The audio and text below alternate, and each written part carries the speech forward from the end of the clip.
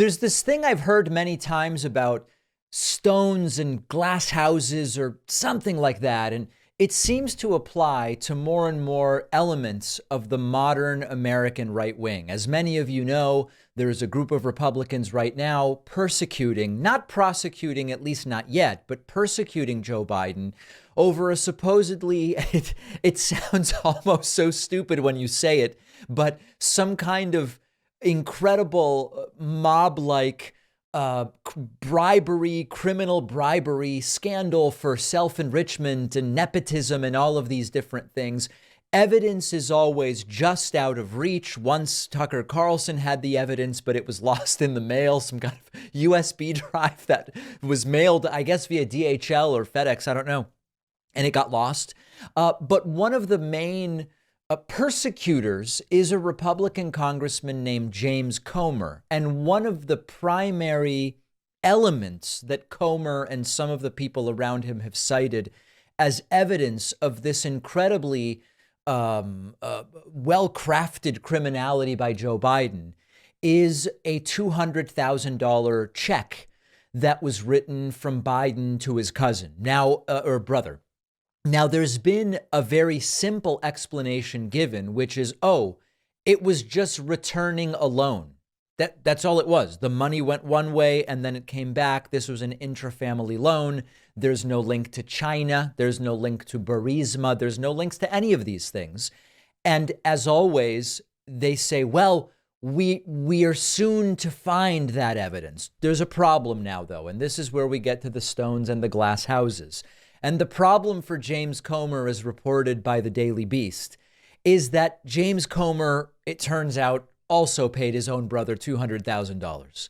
And if circumstantially such payments are indicative of problems, corruption, criminality, and they indicate that we need an investigation, then it seems James Comer himself should be investigated as well. Here is the article which says, James Comer is going after Joe Biden because he loaned his brother James Biden $200,000. If that's the standard, James Comer may want to investigate himself. And as it points out here, Comer has in particular been trying to make hay out of two personal loan repayments from James Biden to his brother for $40,000 and $200,000, all transactions occurring in 2017 and 2018 when Joe Biden was neither in office nor a candidate. If Comer genuinely believes these transactions clear the shady business practices bar, he might want to consider a parallel inquiry into his own family. Uh-oh.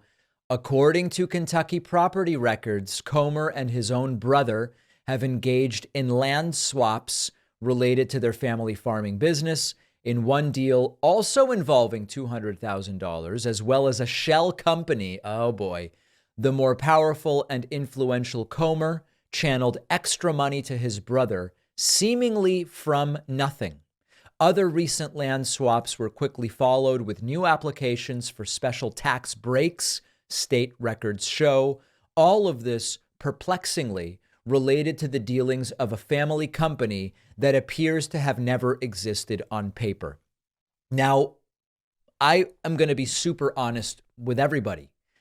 It's not obvious to me that there is criminal wrongdoing here, or even a lack of ethics.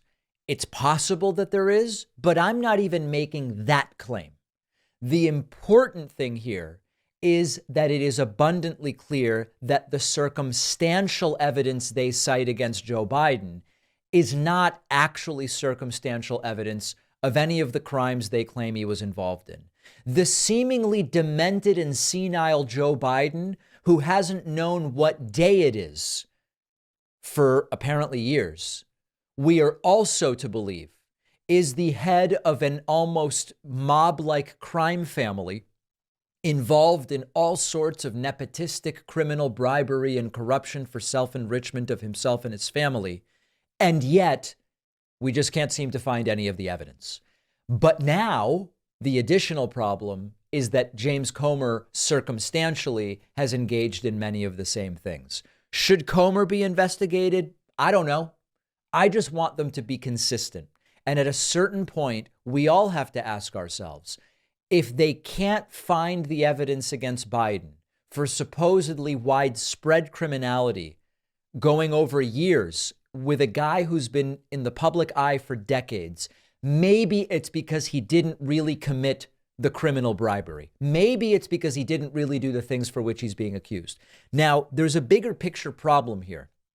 Obviously, Republicans will come up with some reason why it's different. Oh, no. What James Comer seems to have done is completely different, and this is whataboutism, and so on and so forth. They'll come up with that one way or the other. The important thing to understand is that if Donald Trump wins, they will be unrestricted in their ability to target their political enemies. Right now, Republicans are struggling with this Biden impeachment inquiry and potential impeachment that some of them say is coming inevitably in 2024. What they are struggling with is that there's no evidence.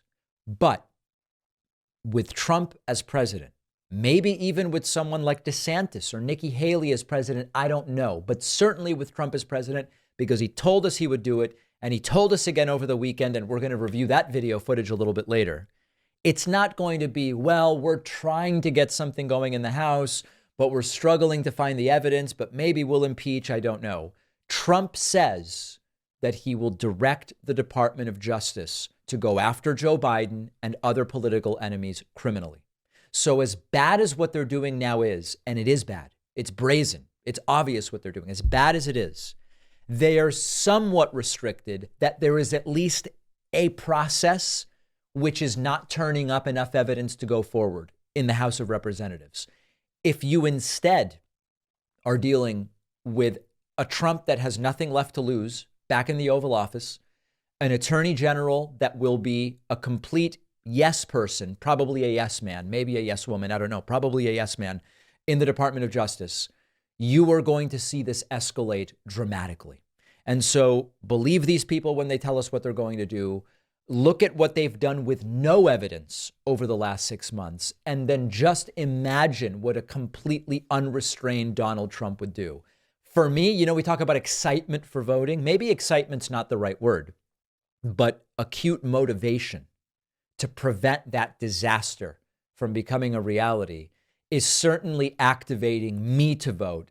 And I know it's applying to many in the audience who have said, David, the whole story of how exciting is 80-year-old Joe Biden? It's not the right question.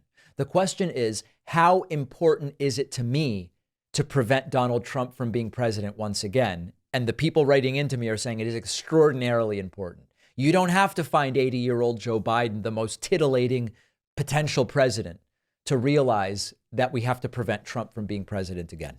So I wrote another book for kids. The first book was Think Like a Detective. The point of the first book was to teach kids critical thinking, which Republicans don't want them to learn, because when kids learn critical thinking, they don't vote for Republicans. The new book is Think Like a Scientist. This is a fun adventure teaching kids the scientific method. Again, Republicans aren't big on kids learning the scientific method because when they do, they're less likely to fall for Republican lies about climate change and vaccines and so many other things. You can get the new book as well as the first one at davidpakman.com/book.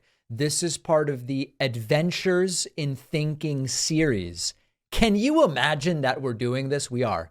davidpakman.com/book. 13,500 copies of the first book have sold. I'll bring you an update soon on sales for the second book. Think Like a Scientist, davidpakman.com/book.